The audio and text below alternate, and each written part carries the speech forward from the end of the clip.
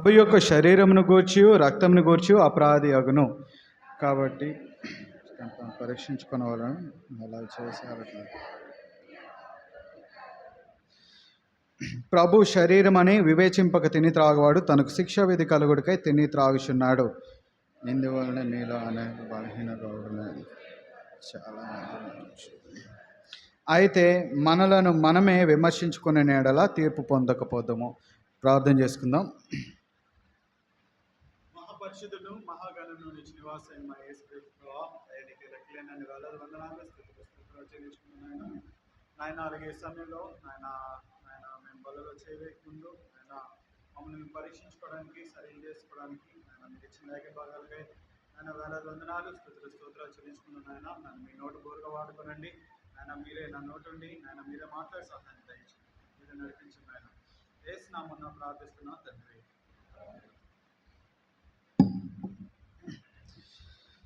ఇక్కడ 28వ వచనంలో మనం చూస్తున్నాం కదా.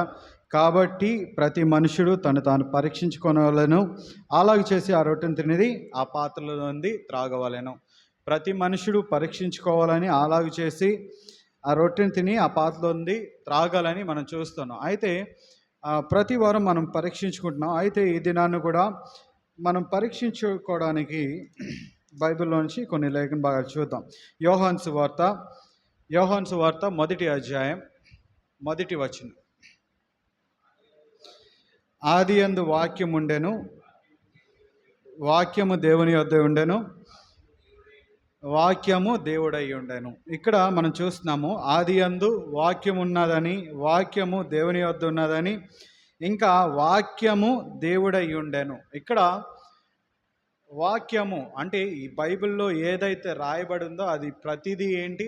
దేవుని మాటలు. అయితే ఇది ఎప్పటి నుంచి ఉందంట? ఆది అందు అంటే అసలు ఏమీ లేనప్పుడు ఏముంది? దేవుని వాక్యం ఉంది.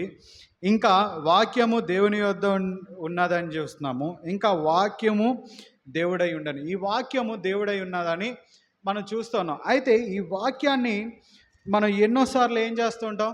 నిర్లక్ష్యం చేస్తుంటాం. అంటే ఈ వాక్యాన్ని కానీ బైబిల్ని కానివ్వండి ఏం చేస్తుంటాం అంటే మనం నిర్లక్ష్యం చేస్తుంటాం. ఎందుకనంటే మనకి ఒక సంఘ ప్రార్థన అయినప్పుడు బైబిల్ గుర్తొస్తుంది. సంఘ ప్రార్థన అంటే ఆ రోజు బైబిల్ ఎక్కడుందో వెతుక్కునే పరిస్థితి కొన్ని కుటుంబాల్లో ఉంటాయి. ఆదివారం ఆరాధనకు వచ్చే ముందు బైబిల్ ఎక్కడుందో వెతుక్కునే ఆ పరిస్థితులు ఎక్కువగా కొన్ని కుటుంబాల్లో ఉంటాయి. అయితే ఇక్కడ మనం చూస్తున్నాం కదా, వాక్యము ఏమై ఉందంటే వాక్యమే దేవుడై ఉన్నాడని మనం చూస్తూ ఉన్నాం. అయితే అసలు ఈ వాక్యము పరిస్థితి ఏంటి అని మనం చూసుకున్నట్లయితే ఒకసారి యెషయా గ్రంథము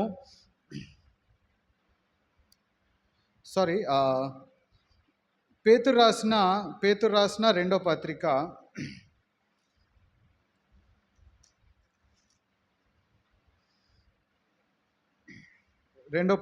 1వ అధ్యాయం 20-21 వచనాలు ఎవరైనా చదవండి.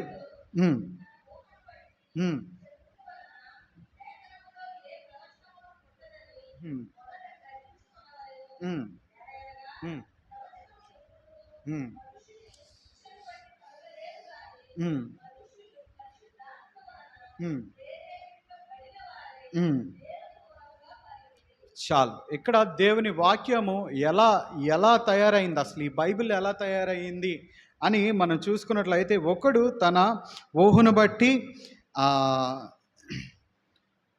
బట్టి చెప్పుట వలన లేఖనముల్లో ఏ ప్రవచనము పుట్టలేదని మొదట గ్రహించుకొనవలెను. ఎవడో ఒకడు అంటే ఫర్ ఎగ్జాంపుల్ ఇక్కడ ఎంతోమంది మనం భక్తుల్ని మనం చూస్తూ ఉన్నాము. వీళ్ళు ఒక్కొక్కరు ఒక్కొక్క అధ్యాయాలు రాస్తున్నారు. వాళ్ళు ఏదో ఊహించుకొని లేదా ఏదో థింక్ చేస్తూ ఏం చేయలే, దేవుని వాక్యాన్ని రాయలే. ఇక్కడ మనం చూస్తున్నాం కదా, ఒకడు తన ఊహను బట్టి చెప్పుట వలన లేఖనముల్లో ఏ ప్రవచనము పుట్టదని మొదట గ్రహించుకొనవలెను. మనం బైబిల్ని చదివే ముందు ఏం చేయాలనంటే ఇది ఎవరో ఊహించుకొని రాశారు అనే ఆలోచన మనలో నుంచి తీసేయాలి. ఎందుకనంటే చాలామందికి ఇది ఉంటుంది. అంటే అసలు బైబిల్ ఎలా వచ్చిందంటే ఎవరో ఊహించుకొని రాసుంటాడు, లేదా నిద్దట్లో రాసుంటాడు, ఏదో ఒక కళని ఒక బైబిల్గా రాసి ఉంటాడని చాలామంది ఆలోచనలు ఉంటాయి. అయితే ఇది ఎలా రాయబడిందంట బైబిల్? 21వ వచనం చదవండి. ఆ, ఉమ్, ఆ, మనుషులు ఉమ్, ఉమ్, చాలు. ఇక్కడ మనం చూస్తున్నాం కదా, ఈ బైబిల్ ఎలా వచ్చింది అని మనం చూసుకున్నట్లయితే, మనుషులు పరిశుద్ధాత్మ వలన ప్రేరేపింపబడిన వారై దేవుని మూలముగా పలికిరి. మనుషులు ఏమయ్యారంట? పరిశుద్ధాత్మ వలన ప్రేరేపింపబడిన వారు. అంటే ఒక దేవుని ఆత్మ ఒక భక్తుల్లోకి వచ్చి ఏమైంది, వాళ్ళు ఆ దేవుని ఆత్మ ద్వారా ఏం చేశారు? దేవుని మాటల్ని రాయడం జరిగింది. అందుకని మనం ఏం చేయకూడదు, దీన్ని నిర్లక్ష్యం చేయకూడదు. ఒక దగ్గర ఉంటుంది యెషయా గ్రంథము 34వ అధ్యాయం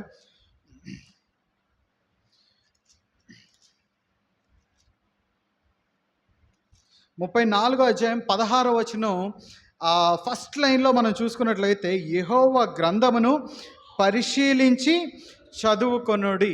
ఈ యెహోవా గ్రంథాన్ని ఎలా చదవాలంట? పరిశీలించి చదువుకొనుడి. పరిశీలించడం అని అంటే ఏంటి అని అంటే, డిటెక్టివ్ లాగా. అంటే ఇప్పుడు ఫర్ ఎగ్జాంపుల్ డిటెక్టివ్స్ ఏం చేస్తారు, దాంట్లో ఇంకా ఏముందని చాలా చాలా ఆలోచిస్తూ ఏం చేస్తారు, దాన్ని పరిశీలిస్తూ ఉంటారు. బైబిల్ని రెక్లెస్గా చదివితే ఏమవుతుంది, మనకు అర్థం కాదు. దేవుడు అసలు మనతో ఏం మాట్లాడుతున్నాడు అనేది కూడా మనకి తెలియదు. ఇక్కడ చూస్తున్నాం కదా, యెహోవా గ్రంథమును పరిశీలించి చదువుకొనిడి. ఇక్కడ దేవుని వాక్యాన్ని మనం ఏం చేయాలంట? పరిశీలిస్తూ దాన్ని ఎగ్జామిన్ చేస్తూ మనం చదువుకునే వారం ఉండాలి. ఫర్ ఎగ్జాంపుల్, మన దగ్గర ఒక మొబైల్ ఉంటుంది, ఏదైనా ఒక థింగ్ ఉంటుంది.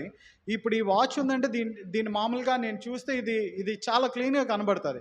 కానీ దీని మీద ఏముంటుంది, నేను మామూలుగా కొన్ని మొబైల్స్ని కొన్ని యాంగిల్స్లో పెట్టి చూస్తే దాని మీద ఎన్ని ఫింగర్ ప్రింట్స్ ఉన్నాయో కనబడుతుంటుంది. ఒక్కొక్క దగ్గర ఒక్కొక్క ఫింగర్ ప్రింట్ కనబడుతుంటుంది. అంటే దాన్ని ఎగ్జామిన్ చేసి చూసినంత వరకు ఏం తెలియదు, అది దాని మీద ఇన్ని ఉన్నాయని మనకి తెలియదు. అంతవరకు ఒక వస్తువుగానే కనబడుతుంది. ఇక్కడ కూడా దేవుని వాక్యము నిర్లక్ష్యంగా చదివే కొలది, లేదంటే ఏదో ఆకతాయితనంగా చదివితే మనకేమవుతుంది, దేవుడు మనతో మాట్లాడు. దాన్ని మనం చదివేటప్పుడు ఎలా చదవాలి అని అంటే, యెహోవా గ్రంథమును పరిశీలించి చదువుకొనుడి. దేవుని గ్రంథాన్ని ఏం చేయాలంటే పరిశీలిస్తూ చదువుకున్న వారంగా ఉంటే దేవుడు మనతో అనేక విషయాలు మాట్లాడుతూ ఉంటాడు. అయితే ఈ గ్రంథం వల్ల, అంటే ఈ దేవుని ఆజ్ఞల వల్ల కొన్ని విషయాలు ఉన్నాయి. ఒకసారి ద్వితీయోపదేశకాండము 11వ అధ్యాయం 1వ వచనం చదవండి.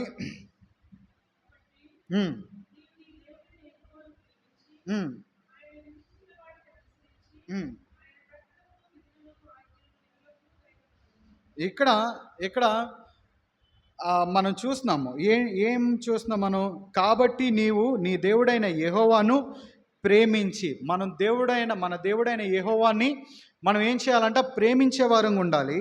ఇంకా మనం చూసుకున్నట్లయితే విధించిన వాటిని అనుసరించి, ఆయన ఏదైతే విధిస్తున్నాడో, ఏవైతే మనకి కొన్ని బార్డర్స్ పెట్టాడో దాన్ని ఏం చేయాలి, దాన్ని అనుసరించే వారంగా ఉండాలి. ఇంకా మనం చూసుకున్నట్లయితే ఆయన కట్టడలను, విధులను, ఆజ్ఞలను ఎల్లప్పుడూ గైకొనవలెను. ఎల్లప్పుడూ గై కొంటే కొనండి, లేదంటే లేదని కాదు. ఇక్కడ గై కొనవలనంటే అది ఖచ్చితంగా ఏంటది? ఆజ్ఞ. ఆయన ఆజ్ఞను ఏం చేయాలంట? ఇక్కడ మనం చూస్తున్నాం కదా, కాబట్టి నీవు నీ దేవుడైన యెహోవాను ప్రేమించి, ఆయనను మనం ప్రేమించే వారంగా ఉండాలి. మనం ప్రేమిస్తేనే ఏం చేస్తాం? ఆయన మాటను వినేవారంగా ఉంటాం. ఇప్పుడు మనల్ని అతిగా ప్రేమించే వాళ్ళు ఉంటారు. అంటే కొంతమంది మనల్ని ఎంతో ఇష్టపడేవారు ఉంటారు, ప్రేమించేవారు ఉంటారు. వాళ్ళు ఏదైనా చెప్పంగానే మనం ఏం చేస్తాం? వెంటనే రియాక్ట్ అవుతుంటాం. వాళ్ళు ఏది చెప్పినా నేను చేస్తా అని చెప్పి మనం చేస్తూ ఉంటాం. మనం ఎప్పుడైతే దేవుణ్ణి ప్రేమిస్తూ ఉంటామో, ఎక్కువ ఎవరినైతే ప్రేమిస్తుంటామో వాళ్ళు చెప్పే ప్రతి పని ఏం చేయాలనిపిస్తుంది? మనకి చేయాలనిపిస్తుంది. అందుకని మొదటిగా మనం ఏం చేయాలి? దేవుణ్ణి ప్రేమించే వారంగా ఉండాలి.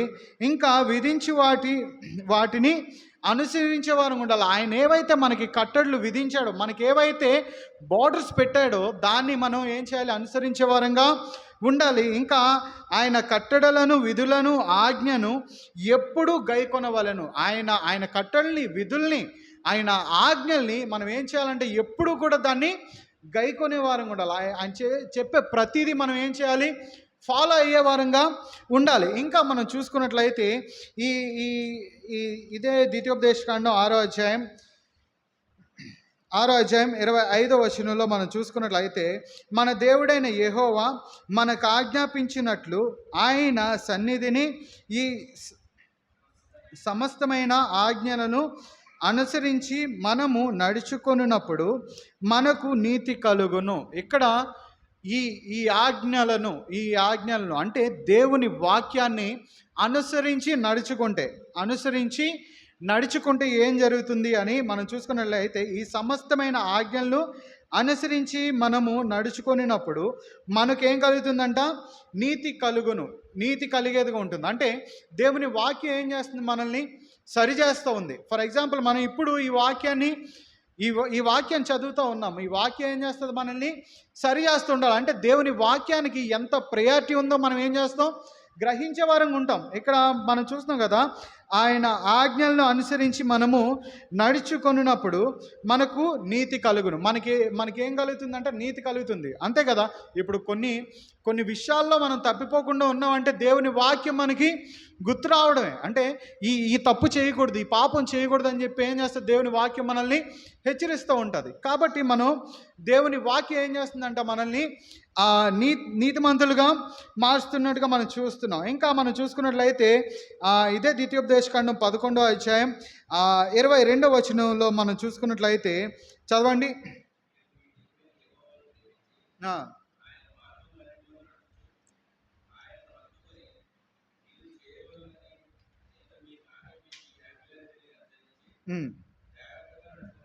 చాలు, ఇక్కడ కూడా ఆజ్ఞ ఏంటంట, మీరు మీ దేవుడైన యెహోవాను ప్రేమించి ఆయన మార్గములన్నిటిలో నడుచుచు. మనం ఏం చేయాలంట, ఆయన మార్గములన్నిటిలో నడుచుచు. ఆయన నడిచిన మార్గం అంటే ఆయన ఎక్కడ పాపానికి లొంగిపోలా, పాపానికి పడిపోకుండా నడుస్తూ ఉన్నాడు. ఆయన మార్గం ఏంటంటే అనేక మందిని రక్షిస్తూ ఉన్నాడు. అంటే పాపంలో ఉన్న వాళ్ళని ఏం చేస్తున్నాడు, రక్షిస్తూ ఉన్నాడు. ఆయన మార్గంలో ఎన్నో విషయాలు చూడొచ్చు. ప్రతిదీ ఏం చేస్తుంది, మనకి బైబిల్ చూపిస్తూ ఉంటుంది.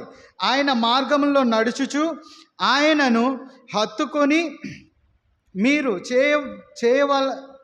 చేయవలెనని నేను మీకు ఆజ్ఞాపించిన ఈ ఆజ్ఞలు అన్నిటినీ అనుసరించి జాగ్రత్తగా నడుచుకొనవలెను. ఆయన ఆజ్ఞల విషయంలో మనం ఏం చేయాలంటే ఎంతో జాగ్రత్తగా నడుచుకునే వారంగా ఉండాలి. ఫర్ ఎగ్జాంపుల్, ఈ ఆజ్ఞల్ని మనం ఫాలో అయితే ఏంటి, అవ్వకపోతే ఏంటి అనేది కూడా ఈ ద్వితీయోపదేశకాండంలోనే ఉంది. ఒకసారి ద్వితీయోపదేశకాండం 28వ అధ్యాయంలో మనం చూసుకున్నట్లయితే, అసలు ఈ దేవుని ఆజ్ఞలు లేదా ఈ దేవుని వాక్యాన్ని అనుసరించి నడిస్తే మనకు వచ్చే బెనిఫిట్స్ ఏంటి, అనుసరించి నడవకపోతే మనం లాస్ అయిపోయేది ఏంటనేది మనం ఇక్కడ చూడవచ్చు. 28 మొదటి వచనం నుంచి మనం చూసుకున్నట్లయితే, నీవు నీ దేవుడైన యెహోవా మాట శ్రద్ధగా విని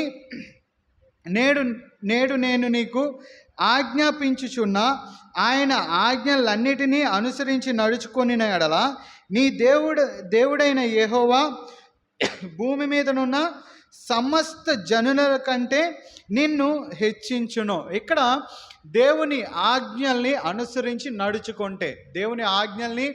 అనుసరించి నడుచుకుంటే మొట్టమొదట వచ్చేది ఏంటంట అని మనం చూసుకున్నట్లయితే, ఈ భూమి మీదనున్న సమస్త జనుల కంటే నిన్ను హెచ్చించేదను. భూమి మీద ఉన్న సమస్త జనుల కంటే మనల్ని ఏం చేస్తాడంట, ఆయన హెచ్చించేవాడుగా ఉన్నాడు. అంటే ఆయన ఆజ్ఞల్ని అనుసరించి నడుచుకుంటే ఏం చేస్తాడు, మనల్ని హెచ్చించేవాడుగా ఉంటున్నాడు.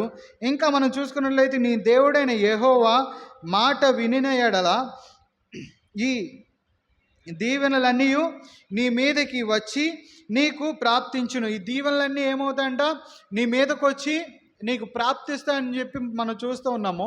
అయితే ఈ దీవెనలు ఏంటి అని మనం చూసుకున్నట్లయితే, నీవు పట్టణములో దీవింపబడుదువు, పొలములో దీవింపబడుదువు, నీ గర్భఫలము, నీ భూఫలము, నీ పశువుల మందలు, నీ దుక్కిటెద్దులను నీ గొర్రె గొర్రె మేకల మందలు దీవింపబడును. ఇక్కడ మనం చూసుకున్నట్లయితే ప్రతి దేవుని ఆజ్ఞను ఫాలో అయితే ఏమవుతుందంట, ప్రతి విషయంలో కూడా ఏంటి మనకి దీవెనే. ప్రతి విషయంలో కూడా మనకి అది దీవెనగానే ఉంటుంది. ఎలా దీవింపబడుతున్నాం అని అంటే, మన పట్టణంలో మనం దీవింపబడతాము, ఇంకా మన పొలంలో అంటే మనకి ఏదైతే ఆస్తి ఏదైతే ఉందో దాంట్లో మనం దీవింపబడే వారం ఉంటాము. ఇంకా మనం చూసుకున్నట్లయితే మన గర్భఫలాల విషయంలో అంటే మనకు పిల్లల విషయంలో అధికంగా దీవింపబడే వారం ఉంటాము. ఇంకా భూఫల విషయంలో దీవింపబడే ఉంటాము. పశువుల మందల్లో, ఇంకా ఈ దుక్కు దున్నే ఎడ్లలో, ఇంకా గొర్రెలు మేకల మందలో కూడా ప్రతి విషయంలో మనం ఏమవుతాం, దీవింపబడే వారంగానే ఉంటాం. ఇదొకటే కాదు, ఈ కింద వచనాలు ఆ తర్వాత చదవండి. ఆయన ఆజ్ఞని అనుసరించి నడిస్తే ఎన్ని దీవెనలు ఉన్నాయంటే అన్ని దీవెనలు ఉన్నాయి. ఇంకా మనం చూసుకున్నట్లయితే అసలు ఆ దేవుని ఆజ్ఞని అనుసరించి నడవకపోతే పరిస్థితి ఏంటి అని మనం చూసినట్లయితే ఇదే 28వ అధ్యాయం 15వ వచనాన్ని చదవండి.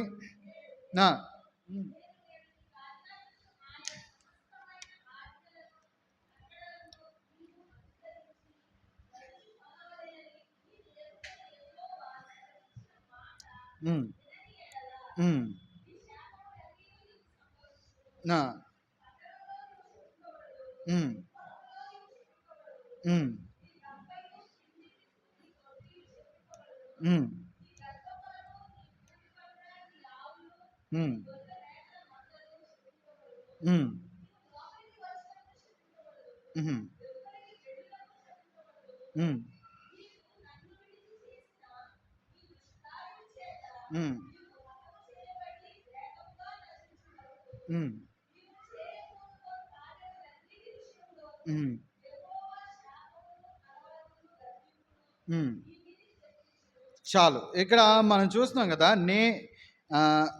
నేను నేడు నీకు ఆజ్ఞాపించు ఆయన సమస్తమైన ఆజ్ఞలను కట్టడలను నీవు అనుసరించి నడుచు కొనవలెనని నీ దేవుడైన యెహోవా సెలవిచ్చిన మాట వినని ఎడల. ఆయన ఆజ్ఞలను అనుసరించి నడుచుకోవాలనే మాటను లేదా ఆయన ఆజ్ఞలను మనం వినని ఎడల ఏమవుతుందంట, ఈ శాపములన్నీ నీకు సంభవించును. ఈ శాపములు అంటే ఆయన ఆజ్ఞను అనుసరించి నడుచుకోకపోతే, అంటే ఆయన వాక్యాన్ని మనం నిర్లక్ష్యం చేస్తే ఏమవుతుంది, దీవెనలు కాకుండా ఏమవుతుంది మనకి తిరిగి శాపములు. అంటే ఫర్ ఎగ్జాంపుల్ ఐడియల్గా ఉండిపోవడం అనేది కాదు, అంటే అటు దీవెనలు లేక ఇటు శాపం లేక ఉండిపోవడం కాదు. ఏమవుతుందంట, వాటిని అనుసరించి నడుచుకోకపోతే ఏమవుతుంది, తిరిగి మనకి శాపము. ఏంటి ఆ శాపము? పట్టణంలో నీవు శపింపబడదు, పొలంలో నీవు శపింపబడదువు, నీ గంపయు పిండి పిసుకు తొట్టియు శపింపబడును, నీ గర్భఫలము నీ భూమి పంట, నీ ఆవులు, నీ గొర్రె మేకలు మందలు శపింపబడను. ఇక్కడ చూసుకున్నట్లయితే మనకి ఇందాక ఏవైతే దీవెనలుగా చూసామో అవన్నీ ఏమవుతుంది, తిరిగి శపింపబడేదిగా ఉంటుంది. అదొకటే కాదు, ఇంకా మనం చూసుకున్నట్లయితే నీవు లోపలికి వచ్చినప్పుడు శపింపబడదు, వెలుపలికి వెళ్ళినప్పుడు శపింపబడదు. అంటే మనం లోపలికి వచ్చినప్పుడు అంటే మన ఇంట్లో ఉన్నవాడిని కానీ ఎక్కడ ఉన్నవాడిని కానీ మనం శపింపబడిన వారమే. అంటే ఇంట్లో ఏమవుతుందో తెలీదు, బయటికి వెళ్తే బయటనే ఏమవుతుందో మనకి తెలియనటువంటి పరిస్థితి. అంటే అంత భయంకరమైన పరిస్థితిలోకి ఏమవుతాం మనం వెళ్ళిపోతుంటుంది. అంటే ఆయన వాక్యాన్ని నిర్లక్ష్య పెడితే, ఆయన వాక్యాన్ని అనుసరించి మనం నడుచుకోకపోతే అంత భయంకరమైన శాపాల్ని మనం అనుభవించే వారం ఉంటాం. ఇంకా ఇక్కడ మన మరణం గురించి కూడా ఉంటుంది. 25, 26 చదవండి.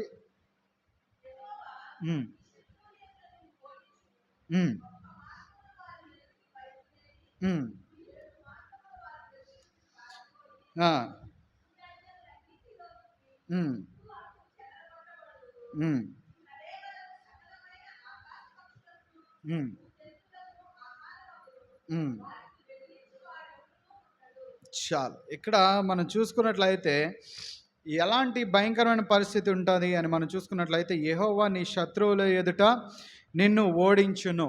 అంటే మన శత్రువుల ఎదుట మనం అప్పుడు దాకా ఎంతో మంచిగా బతికుండొచ్చు, కానీ ఏం చేస్తాడంట అలాంటి సిచ్యువేషన్ అంటే శత్రువుల ఎదుట మనల్ని ఏం చేస్తాడు, ఓడించేవాడుగా ఉంటాడు. అంటే మన శత్రువుల ఎదుటే మనం ఓడిపోవడం అనేది దానికన్నా తక్కువ ఇంకేం ఉండదు.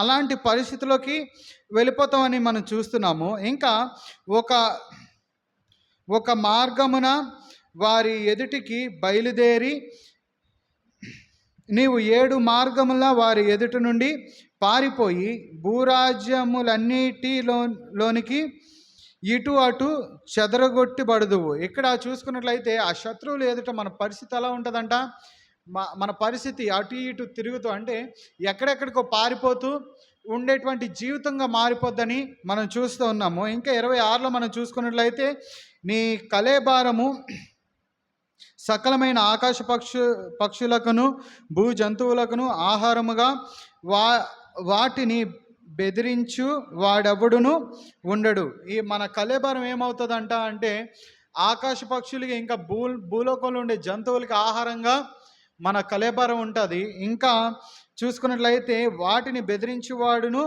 ఉండడు. ఇప్పుడు ఫర్ ఎగ్జాంపుల్ ఇదే సీన్ ఎక్కడైనా జరుగుతుందంటే ఏం చేస్తాం, కుక్క వచ్చి ఏదైనా ఒక మనిషిని తింటుంది అనుకోండి, ఏం చేస్తాం, చీ అని చెప్పి మనం దాన్ని కొట్టడం ఏదో చేస్తాము.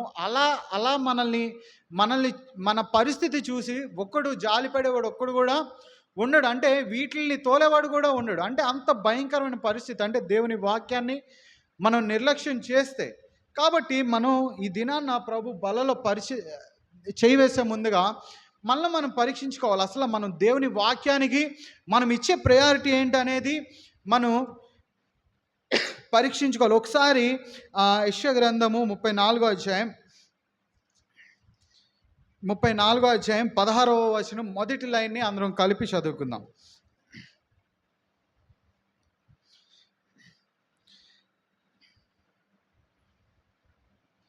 యెహోవా గ్రంథమును పరిశీలించి చదువుకొనుడి.